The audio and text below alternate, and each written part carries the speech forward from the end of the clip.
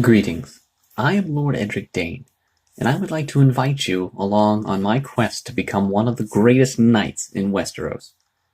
In this series, we will discuss various tactics and strategies to prepare ourselves for battle with our enemies.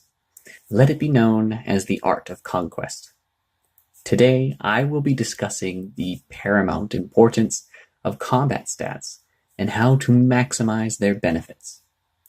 Sun Tzu said, "For should the enemy strengthen his van, he will weaken his rear.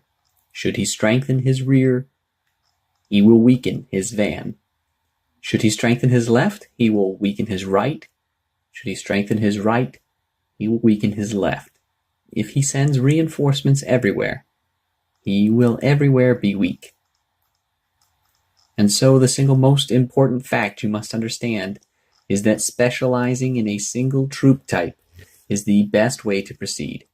A balanced army, such as one with equal numbers of infantry, cavalry, and ranged, will be weak. Therefore, the opposite is true. An army of one type will be strong. As I record this message, we have 7 pieces of equipment that we are able to wear, each capable of providing combat stats in a wide variety of combinations. The primary set of equipment you should wear needs to be specialized in the single troop type you have chosen. As you can see, I have chosen infantry. When selecting equipment, you must understand that infantry attack, defense, and health work in every combat, no matter where it occurs. Infantry stats at seats of power work only when attacking or defending a seat of power, and infantry stats versus player only work when attacking or defending a keep. And considering the common misconceptions of the latter combat stat, it actually should be labeled as infantry attack versus keep to be more clear. Because of these restrictions, your best in slot equipment pieces will provide you with multiple unrestricted combat bonuses to help you in every battle, no matter the situation. If you possess a surplus of resources, you are welcome to craft extra pieces to swap in when situations change, such as I have done for a superior defense helmet. If you consider balancing your army, you must then split these 7 equipment slots in order to boost the combat proficiency of the other troop types you use. And that results in only half or a third of your equipment boosting your combat stats for each individual type of soldier. Once again, making each troop type vastly weaker than if you just had the one that was specialized. And the concept of adding counter troops is just like strengthening the rear. If you do this, you weaken your van. So using in-game numbers, if I have 1,000,000 infantry fully boosted by 7 pieces of infantry gear, which is better? Adding 250,000 unboosted cavalry to counter my enemy's ranged, or adding 250,000 more fully boosted infantry? The answer is resoundingly more infantry. Now you might be thinking of instead using the generic troop bonuses, but in this case you have to remember that generic troop bonuses are half as much as their specialized counterparts, and therefore worse.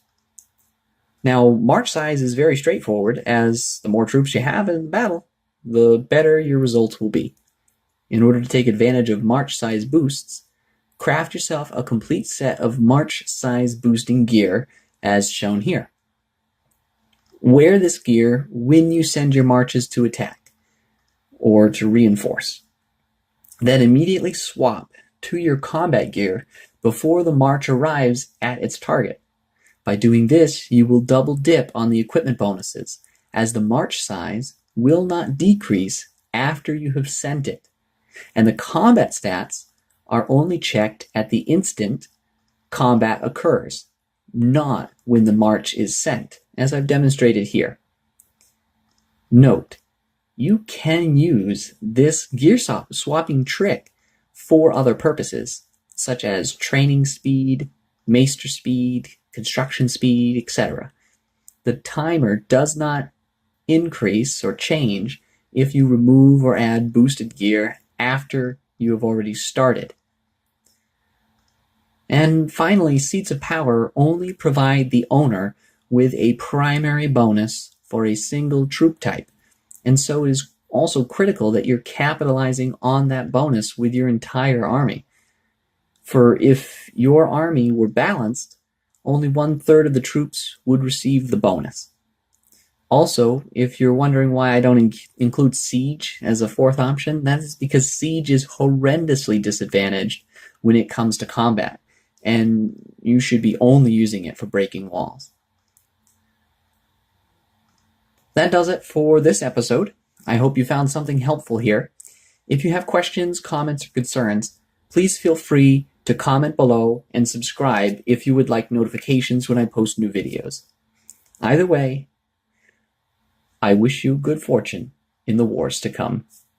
Thank you.